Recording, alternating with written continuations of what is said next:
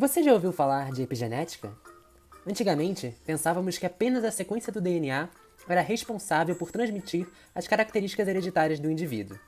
Hoje, sabemos que além do DNA, também podemos transmitir as alterações na maneira em que a expressão dos genes é regulada.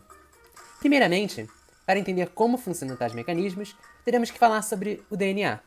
O DNA consiste em uma molécula organizada em dupla fita, sendo formada pela união de múltiplos nucleotídeos.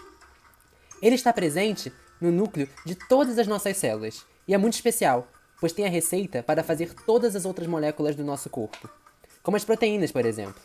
Essa informação está contida no interior dos genes, sendo determinada pela sequência desses nucleotídeos, que é idêntica em todas as nossas células, desde as que fazem o fio do nosso cabelo até as que fazem a unha dos nossos dedos. O conjunto de todos os nossos genes constitui o que chamamos de genoma. Mas se essa receita é a mesma, como podemos ter células tão diferentes no nosso corpo? Isso ocorre porque as células são capazes de regular a expressão dos genes em resposta ao ambiente ou ao estilo de vida, sem alterar a sequência em si do DNA. Ou seja, a ativação e a inativação dos genes é passível de mudança. E a esse processo de modificação chamamos de epigenética. E as alterações feitas por esses mecanismos configuram o nosso epigenoma. Vamos fazer uma analogia bem simples para facilitar o nosso entendimento.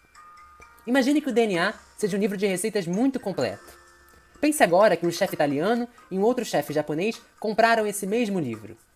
Se os chefes querem atender às expectativas dos seus clientes, o italiano terá que cozinhar um espaguete à bolonhesa, enquanto o japonês terá que fazer um sushi. O nosso corpo funciona de forma semelhante.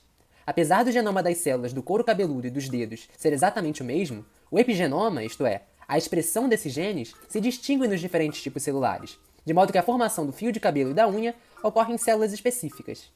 Os mecanismos por trás das alterações no epigenoma são vários. Nesse vídeo apresentaremos alguns principais: a metilação do DNA, as alterações em histonas, as variantes de histonas e a arquitetura cromossômica.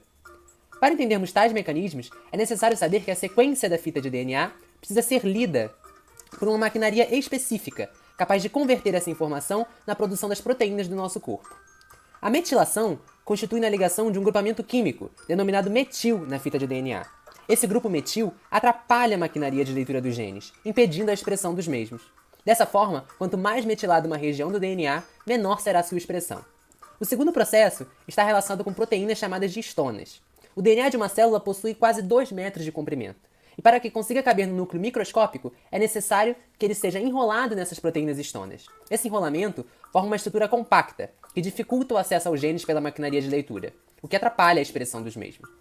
Para isso, a célula usa marcações epigenéticas nas histonas para deixar o DNA mais apertado ou mais solto nessa estrutura. Podemos então dizer que quanto mais frouxa está essa organização, mais fácil é a expressão do gene, enquanto uma conformação mais apertada implicaria numa redução dessa expressão. Existem inclusive diferentes variantes de histonas, o que pode ser considerado um terceiro mecanismo de regulação epigenética. Cada uma dessas dezenas de variantes está associada com uma função específica e substitui a forma comum da proteína. Além disso, a própria arquitetura do cromossomo adotada dentro da célula pode favorecer a exposição ou não dos genes, conferindo mais um modo de regulação de expressão genética.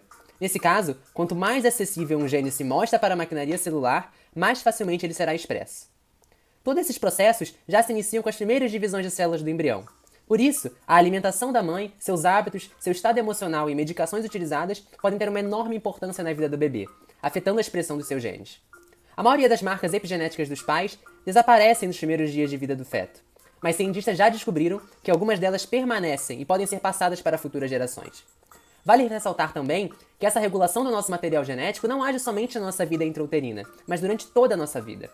Por exemplo, no caso de dois irmãos gêmeos, sabemos que apesar de apresentarem a mesma sequência de nucleotídeos do DNA, ambos podem possuir estilos de vida bem distintos.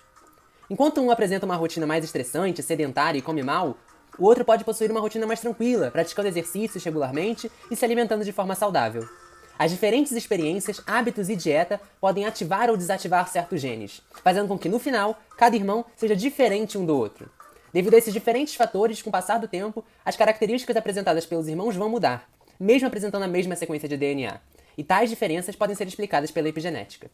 Assim, a epigenética é uma maneira natural de transmitir nossas experiências adiante e revela que podemos influenciar nossas características genéticas com as decisões que tomamos durante a vida.